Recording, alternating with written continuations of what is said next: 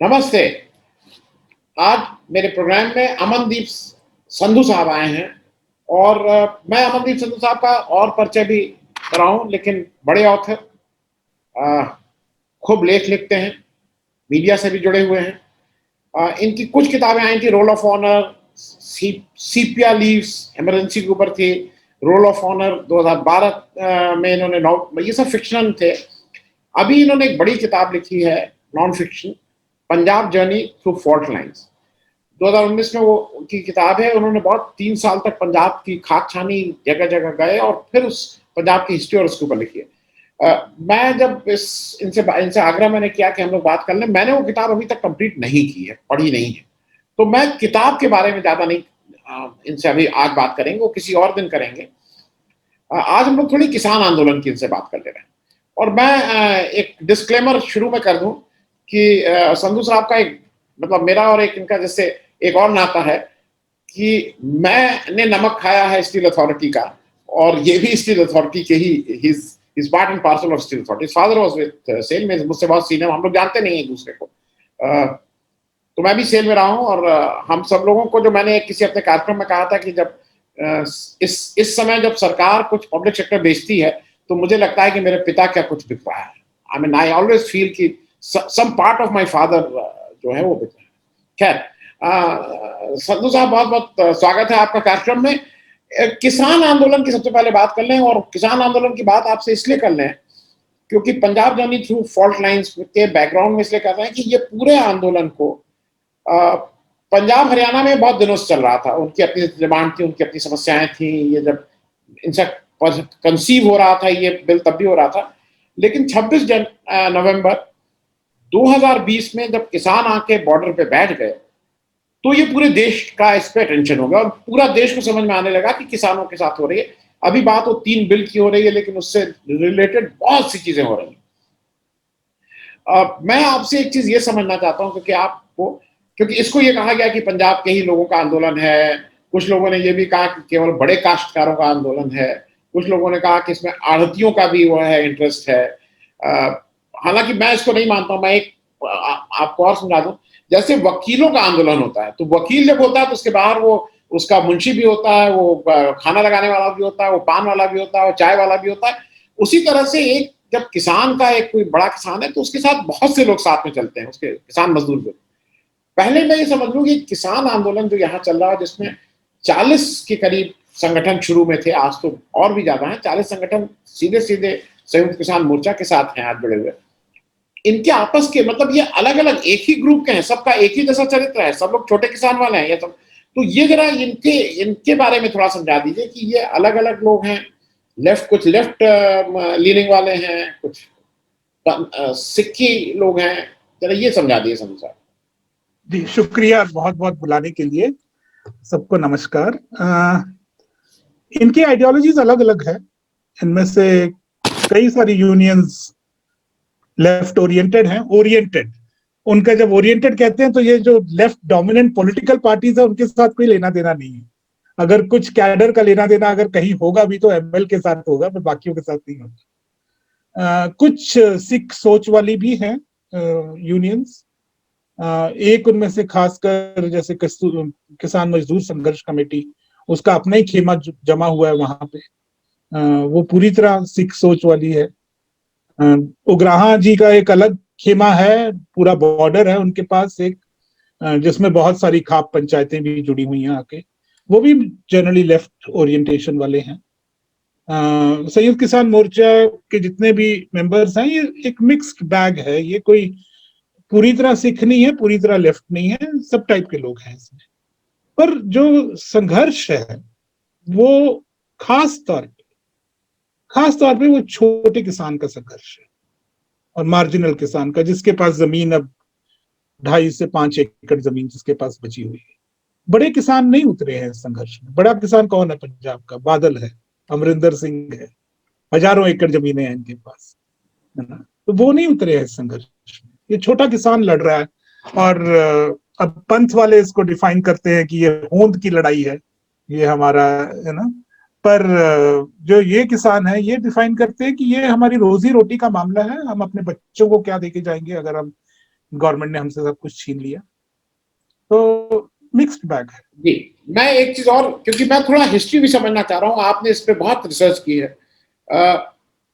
जो पंजाब है वो हरदम से देश का, मतलब देश को खिलाता रहा है अन्नदाता के रूप में, उसने मेजर उस जिम्मेदारी को निभाया है। और केवल पंजाब में ही नहीं निभाया है, यूपी में भी आके वैसी तराई के एरिया जहाँ पे लोग नहीं जा सकते थे, वहां पे लोग जाके घबराते थे, वहां पे आके उन्होंने उस जंगल को साफ किया, खेती लायक बनाया। मैं एक चीज ये भी समझना चाह रहा हूँ कि मैं 26 जनवरी की भी बात पे आऊंगा, क्योंकि वो भी एक देश में आपसे समझना चाहेंगे आपकी नजर से, कि जब बंटवारा हुआ तो पंजाब का वो हिस्सा जो एग्रीकल्चरली ज्यादा अच्छा था, ज्यादा उर्वरक था, जहां ज्यादा अच्छा होता था, वो पाकिस्तान के साथ चला गया। और ये मानी हुई बात है कि वहां से लोग बंटवारे के समय हिंदुस्तान में आए, ज्यादातर से अपनी खेती बाड़ी छोड़ के आए। लेकिन उन्होंने जब वो यहां पे भी आए तो उन्होंने इस पंजाब को और इस हिंदुस्तान को भी अन्न के मामले में कहीं किसी से कम नहीं रखा। तो ये जो एक सेल्फ रिलायंस वाला एक उनका होता है, और वो दिख भी रहा है, इस आंदोलन में भी दिख रहा है कि हम अपने आप सब कर लेंगे। इसी रेफरेंस में लोग कहते हैं ना कि सिख कभी कोई सरदार भिखमंगा नहीं दिखता है, क्योंकि शायद कम्युनिटी का भी प्रेशर होता है कि अगर कोई है तो उसको कुछ काम पे लगाओ, उसको कुछ काम करने दो। तो ये भी मैं समझना चाहूंगा कि इस आंदोलन में वो जो उस पार और इस पार का है, आपस के थोड़ा, भाई आप बंटवारा सबसे ज्यादा पंजाब ने झेला है, उसका उसका जो दुख है, उसका जो दर्द है। तो इसमें अब जो अलग अलग लोग आ रहे हैं, जैसे वेस्टर्न यूपी में अब मुस्लिम भी इसमें इन्वॉल्व हो रहे हैं ठीक से, तो क्या किसान आंदोलन पर से सारे लोगों को साथ ले चलने में सक्षम हो रहा है? क्योंकि बड़े किसान छोड़ दीजिए, लेकिन बाकी वर्ग हरियाणा। दो क्वेश्चंस हो गए। एक तो कि पंजाब देश को खिला रहा है, ये बात सही थी 60s में बंटवारे के बाद, जब हाँ वाकई कैनाल कॉलोनीज तो पाकिस्तान में चली गई थी, और जो रेतीला इलाका था जिसमें छोटे छोटे टिब्बे थे वो पंजाब में रह गया था। पर पंजाबी किसान ने बहुत मेहनत की, क्योंकि 60s में जब इंडिया को फूड क्राइसिस हुआ था, हमें अभी भी बंगाल फेमीन याद था क्या हुआ था उस समय। तो ड्वार्फ क्वालिटी वीट आ गई थी, पेस्टिसाइड्स आ गए थे, फर्टिलाइजर्स आ गए थे। तो ये सब करके इंडियन गवर्नमेंट ने पंजाब को एक लेबोरेटरी की तरह यूज किया कि अब यहाँ पे हम अगर अपना अन्न पैदा कर लेते हैं, उसी से ही चावल पंजाब आया फॉर एग्जाम्पल। उससे पहले चावल की खेती नहीं होती थी पंजाब में। अब वो 50 साल बाद देखो तो उस चावल ने पंजाब का बेड़ा गर्क कर दिया, क्योंकि पानी का स्तर नीचे चला गया उसके कारण। पर जो जरूरत थी देश को उस समय 60s 70s, नॉर्मली ऐसा देखा जाता है कि हर 2 साल में प्रोडक्शन डबल हो रही थी, और एक समय में पंजाब की कंट्रीब्यूशन सेंट्रल पूल को करीब 70% थी। अब फिर बाकी देश भी विकसित हुआ, बाकी प्रांतों में भी एग्रीकल्चर चला। अब जैसे बिहार में आ गया है, food rice bowl of India तो बिहार में सासाराम और डिस्ट्रिक्ट में है। तो पर पंजाब का जो कंट्रीब्यूशन अभी भी कम होके 30% के करीब रह गया है। पर फिर भी मुख्य तौर पे पंजाब ने ही देश को चलाया। इसलिए देखिए, जितना फौजी जरूरी है बॉर्डर पे, मुझे लगता है उतने ही किसान भी जरूरी है, अगर खाएगा नहीं इंसान। इसीलिए शास्त्री जी ने वो नाम दिया था ना, जय किसान जय जय जवान। सेकंड क्वेश्चन आपका था कि जो मुस्लिम, जो बंटवारे के समय जो खाई खाई बनी थी, राइट। देखिए, जब हम कहते हैं कि क्या सबको ये मूवमेंट साथ लेके चला है, तो हम एक थोड़ा यूटोपियन आइडिया बना लेते हैं कि हाँ जी सब के सब लगे। ऐसा नहीं है, ऐसा नहीं है। बहुत लोगों के भिन्न भिन्न विचार हैं, पर जो एग्रेरियन सेक्टर के साथ जुड़े हुए लोग हैं, और उसमें खाली किसान नहीं आते, छोटे किसान तो मैंने बात की, पर उसमें लैंडलेस लेबर भी आती है, और उसका बहुत बड़ा रोल है। इसीलिए नॉर्मली जो स्लोगन है वो किसान मजदूर एकता जिंदाबाद है। हालांकि मजदूर इतनी कंट्रीब्यूशन नहीं कर पाता, क्योंकि उसको तो डेली वेजर है मोस्टली, वो कहाँ से आके छोड़ के आके बैठेगा यहाँ पे। पर साथ लेके चलने का एजेंडा है। इन 4 मुद्दों पे, जो फार्म लॉज है, एमएसपी है, बिजली है, पोल्यूशन है, इन पे सबकी राय सहमति बनी हुई है। तो इस कारण से ये इकट्ठे हैं। पर वैसे औरतों की बहुत शमूलियत है, वेस्टर्न यूपी से मुसलमानों की शमूलियत है। और ये एक बड़ा चीज हुआ था कि 26 जनवरी के इवेंट के बाद जब गुलाम मोहम्मद झोला जी नरेश टिकैत से मिले और महापंचायत में फिर उन्होंने माफी मांगी और फिर उनके सबको कह दिया कि हाँ ठीक है हम एक साथ हो गए हैं, तो वो इकट्ठे हो गए उसके बाद। तो मूवमेंट के कैरेक्टरिस्टिक्स होते हैं, और कोई ऐसा नहीं है, कोई आर्मी तो खड़ी नहीं है कि सभी ने एक यूनिफॉर्म पहन ली है, तो पर एक साथ सहमति यह है कि इन 4 मुद्दों पे लड़ते रहेंगे। जी, मैं एक चीज और समझना चाह रहा हूं कि ये 26 जनवरी का इंसिडेंट जो, और वो सबको मालूम है कैसे क्या हुआ, बहुत डिसिप्लिन लोग थे, सब लोग जा रहे थे, एक ये था कि इस तरह से प्रोटेस्ट होगा, और उसमें कुछ लोगों ने जाके लाल किले पे निशान साहब लगा दिया और उसको लेके पूरे देश में एक नैरेटिव बनाने की कोशिश की गई। और वो नैरेटिव मैं इसलिए कह रहा हूं कि नैरेटिव ये कोशिश की गई कि देश के झंडा तिरंगा जो है वो राष्ट्र का है, भारत का झंडा है, और ये निशान साहब को खालिस्तान, कुछ इस नैरेटिव बनाने की कोशिश की गई थी, हालांकि वो टिक नहीं पाया। मैं ये भी, क्योंकि ये भी एक कहीं ना कहीं उस समय का आंदोलन, चूंकि अगर इतना स्ट्रांगली एक उसके पीछे लोग खड़े नहीं होते तो उस समय टूट गया होता ये आंदोलन। वो जो 26 जनवरी को जो नैरेटिव खालिस्तान ब्रांड करने की जो कोशिश की गई, तो उस पे जरा देखिए, ये जो डिवाइड है ये बहुत पुराना है पंजाब में, पर उस पे नेक्स्ट आते हैं। पर पहले ये 26 जनवरी को आपने कहा कि सबको मालूम है क्या हुआ, मुझे नहीं पता कितने लोगों को मालूम भी है कि क्या हुआ। हाँ, ये जरूर है कि यहाँ एक काफिला ट्रैक्टरों का रेड फोर्ट की तरफ चला गया, पर अगर आप रेड फोर्ट की सड़कें देखें ना, मैं दिल्ली में रहता था, तो वो रेड फोर्ट के सामने नहीं जा सकते आप आउटर रिंग रोड से, तो कहीं ना कहीं तो उनको गाइड किया गया कि यार सामना साइड ये है, वो भेजा ना, गया, तो वो हाँ भेजा गया, मेरे हिसाब से तो भेजा गया। और निशान साहब की जहां तक बात है और लाल किले की जहां तक बात है, देखिए इसमें सिख हिस्ट्री भी इन्वॉल्व है।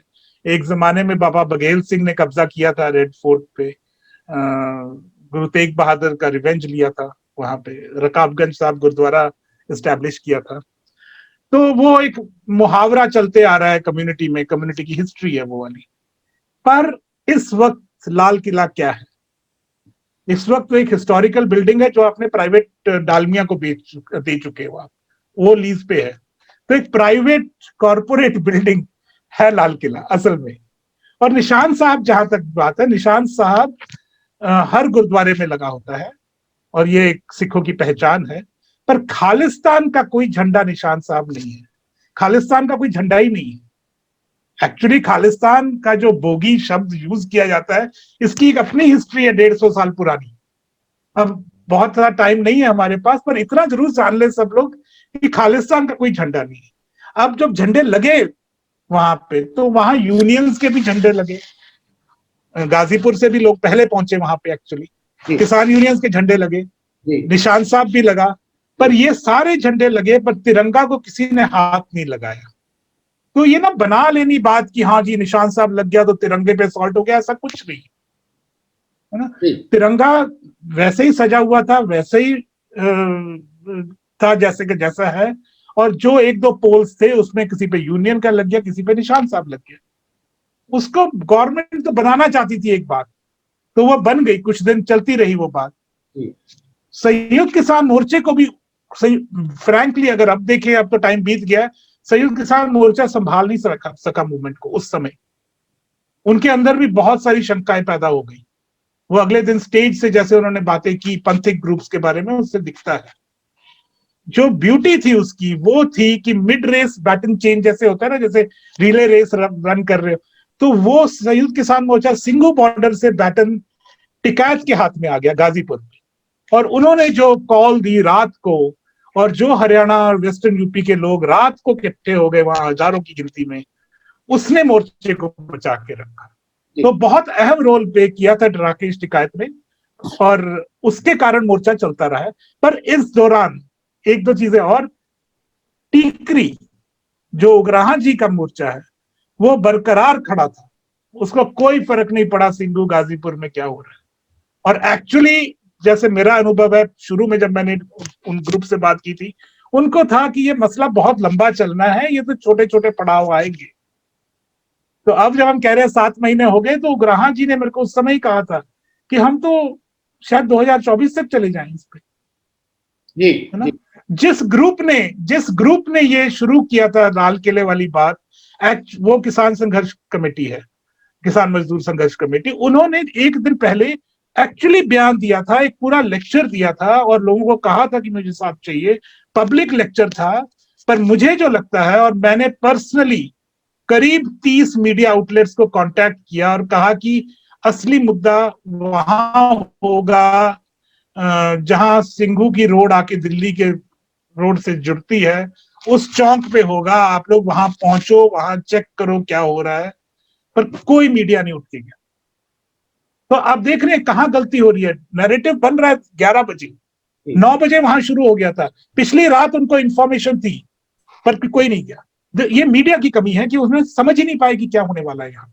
जी नहीं, मैं इस पे एक बात और इसलिए जोड़ दूं कि कुछ चीजें बहुत आसान होती हैं और वो लगता है जैसे प्लेइंग फॉर गैलरीज कह लीजिए, या एक उससे मैं तुरंत शुरू होगा। और मैं सिक्कों के प्रति इसलिए ये बात कह रहा हूं कि बहुत ही मेहनती कौम होती है। इससे नैरेटिव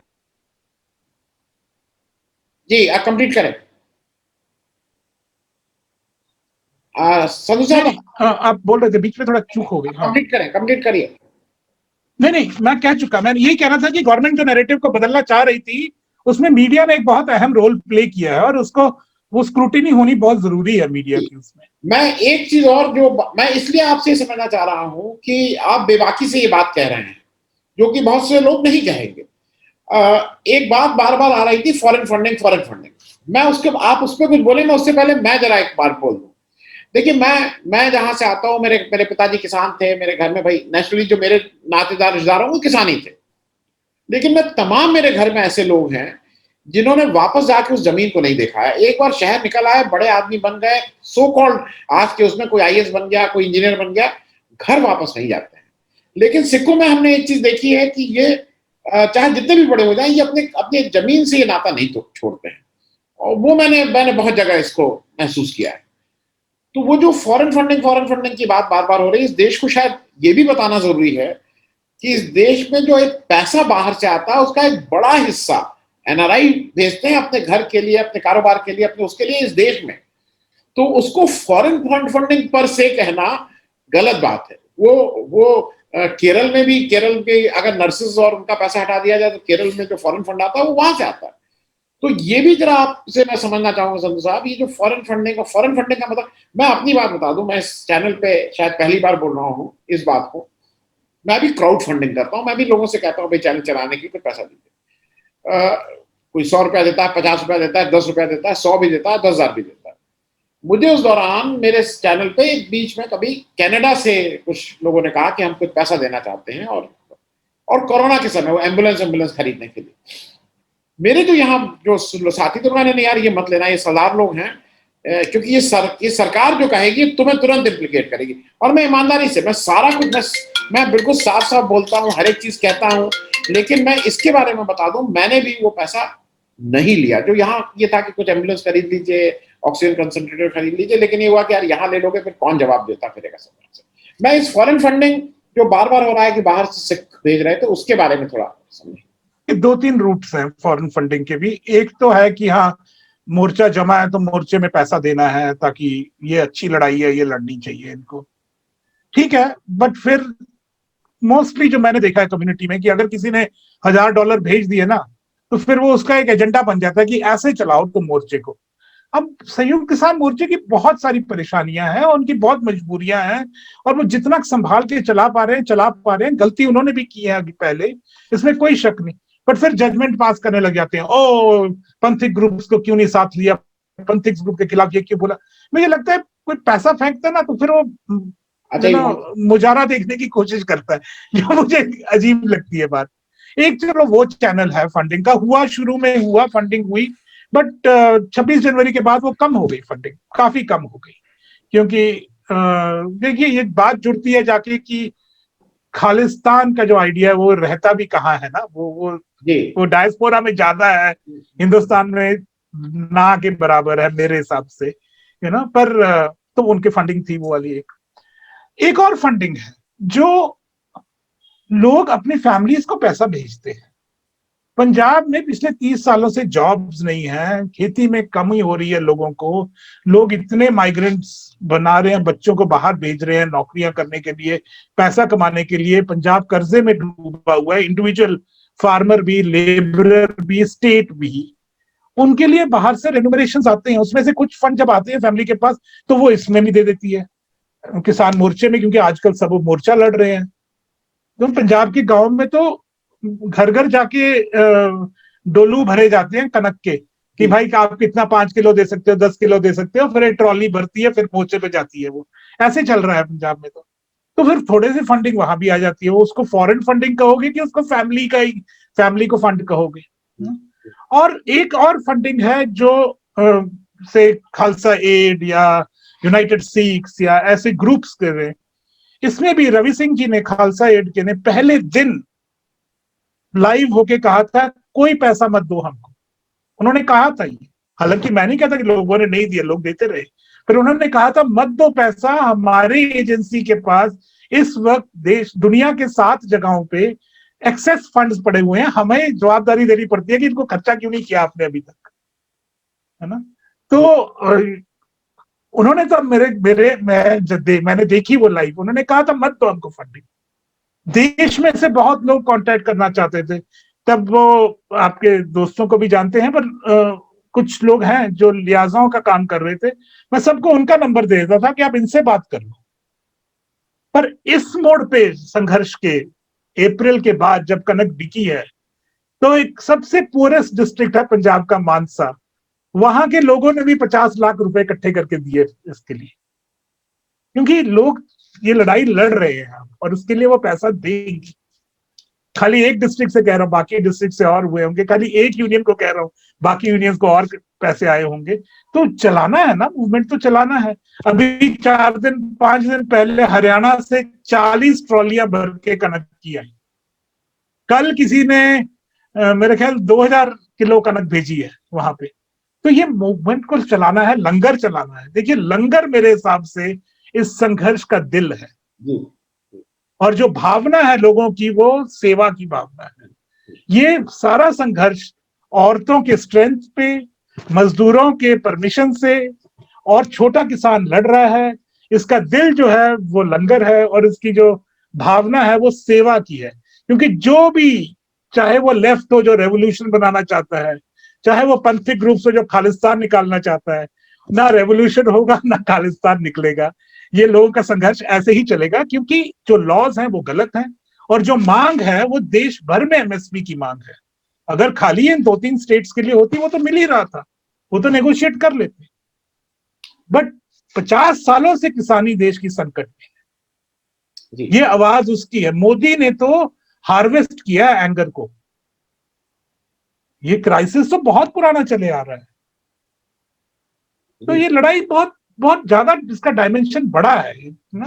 संधू जी, एक बिल्कुल इन सब चीजों से अलग हटके एक सवाल है, और मैं लास्ट में थोड़ा समय में आपसे एक बार और बात करेंगे, और बहुत सी चीजें अनकही और छूट गई हैं इस आंदोलन में बात करेंगे। लेकिन चलते चलते मुझे एक पॉलिटिकल, क्योंकि आप जब किताब लिखे हैं सीपिया लीव्स, तो आपने इमरजेंसी को के बैकग्राउंड को समझ के लिखा था। आज ये सारा कुछ पॉलिटिकल इसलिए हो रहा है, और मुझे कभी कभी ये लगता है कि शायद डिसीजन में थोड़ी देरी, या सरकार को उतनी फिक्र इसलिए नहीं है कि पंजाब में उसको लगता है मेरा स्टेक ही क्या है, पंजाब तो ऐसे भी अपने पास नहीं है। और आज वो थोड़ा वरिड है। यूपी का इलेक्शन आया है, तो आप देख रहे हैं ना, इवन जो बॉडी में वो है वो भी फर्क हो गया। आप कश्मीर से भी बुला के बातचीत होने लगी है, अभी तक नहीं हो रही थी, लेकिन अब क्योंकि यूपी इलेक्शन है। आपको ये लगता है कि कुछ हाल फिलहाल निकलने की उम्मीद है किसान आंदोलन से? मैं नॉर्मली ऑरेकल का काम नहीं करता, तो मैं प्रेडिक्ट नहीं करता, क्योंकि देखिए, भविष्यवाणी मेरे को ठीक नहीं लगती करनी, गलत भी हो सकती है, फिर ऐसे ही फालतू में बोले। बट एक रोल जो मेरे को लगता है बहुत अहम है, वो है हरियाणा का और राजस्थान का। चडूनी साहब ने जो कंट्रीब्यूशन की है, चाहे वो बैरिकेड तोड़ने से लेके 26 जनवरी को भी संभाल के रखना, और अभी तक उसको लीड करना, और मतलब हरियाणा के फार्मर्स को रैली करना, इस सब में देखिए, मतलब खाप की इमेज आपके और मेरे मन में, हमको पता है क्या ये खाप जो यहाँ पे स्ट्रेंथ बन के आया है, ये तो एक कंप्लीट इन्वर्शन है उसका। तो गवर्नमेंट क्या करती है क्या नहीं करती वो तो मैं पता नहीं, पर एक जो मेरे को जो लगता है वो ये है कि हमें देखना चाहिए कि जिस दिन भी ये मोर्चा खत्म होगा और किसान जीतेंगे, मजदूर जीतेंगे, असली लड़ाई एक्चुअली उसके बाद आती है, क्योंकि एमएसपी से ही सब कुछ हल नहीं हो जाना।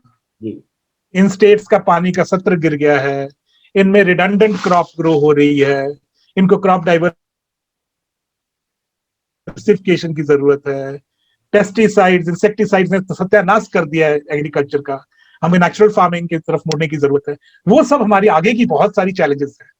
तो ये गवर्नमेंट का मानना ना मानना तो एक पड़ाव है, पर मुझे लगता है यार ये बड़ी अजीब सी बात है कि हालांकि ये मूवमेंट नॉन पॉलिटिकल रहता रहा है, पर इसकी अपने आप को प्रूव करने के लिए इसको पॉलिटिकल काम करने पड़ रहे हैं, चाहे बंगाल में किया, चाहे अब यूपी में करेगी, या चाहे जो हरियाणा में अभी जेजेपी को जितना इन्होंने रेजिस्ट किया हुआ है, बीजेपी को प्रोग्राम नहीं ऑर्गेनाइज करने देते। तो ये बड़ा फंसा हुआ है मामला। मेरे हिसाब से मुहावरा जो मेरे मन में आता है कि पंजाब के गांव में चले जाओ ना, दोपहर के टाइम शिखर दोपहर होगी, 2 बजे धूप चल रही होगी और 2 बैल अपने सींग फंसा के खड़े होंगे और वो घंटों घंटों खड़े रहेंगे, उनको नहीं पता कहाँ करना है कैसे करना है, पर सींग फंसे हुए हैं, वो खड़े हुए हैं।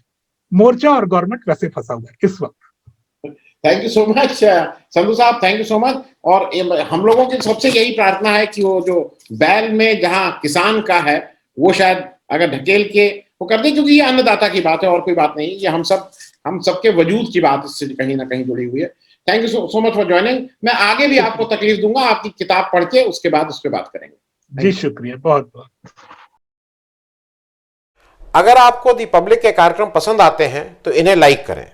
अगर आप इस वीडियो को YouTube पर देख रहे हैं तो चैनल को सब्सक्राइब करें, और अगर आप इसे Facebook पर देख रहे हैं तो दी पब्लिक के पेज को लाइक करें।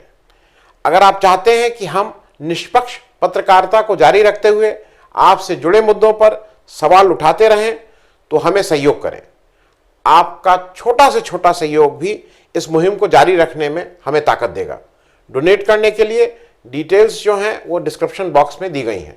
धन्यवाद।